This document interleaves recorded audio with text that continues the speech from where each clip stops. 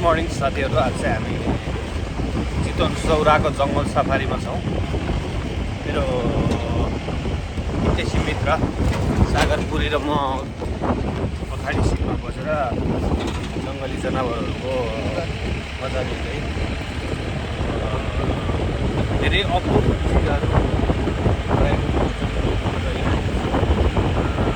त्यो बावजुद पनि हामीले देखिने सम्पूर्ण चिजहरू हेरेर गरेर हामीले हेर्नेछौँ, नदेखि हामीले छोटो भए नि हेरेर आउँदैन र हाम्रो त्यहाँ गएर आफ्नो संस्कृति रहनेछ, एउटा डान्स रहनेछ बिहानीको मिठो छेड हामी जङ्गलमा बिताउँ, आज जङ्गली जनावरसँग बिताउँ भनेर हामी जङ्गलतर्फ प्रस्थान गर्दैछौँ। आजको यो यात्रा मिठो र मिठास होस्, फलदायी होस्। हामीले जुन उद्देश्यले हामी आज जङ्गल छिर्दैछौँ त्यो उद्देश्य पुरा होस् फर्किने बेलासम्म भन्न चाहन्छु।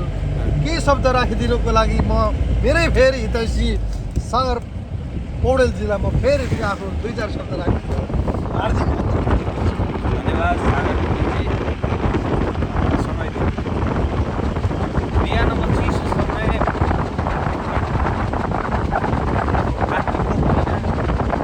साह्रै एकदम चिसो फिल भइरहेको जङ्गल सफारीमा छौँ। र आज हामी चाहिँ नारायणी खोज्दै फिल्ड जाँदैछौँ। यहाँ देखिने मनोरम दृश्यहरू हजुरलाई देखाउनेछौँ, जस्तो कि यो घोडा भएला हेर्नुहोस्, लडिया के भन्छ यसलाई, लडिया भन्छ यसलाई। अनि यस्तै अब जङ्गली जनावरहरू हेर्दै हेर्दै जाने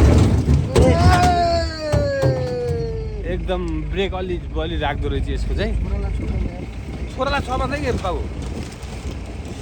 यस्तै छ। अब हामी चाहिँ रोड क्रस गर्दैछौँ, हामी पुलबाट जाने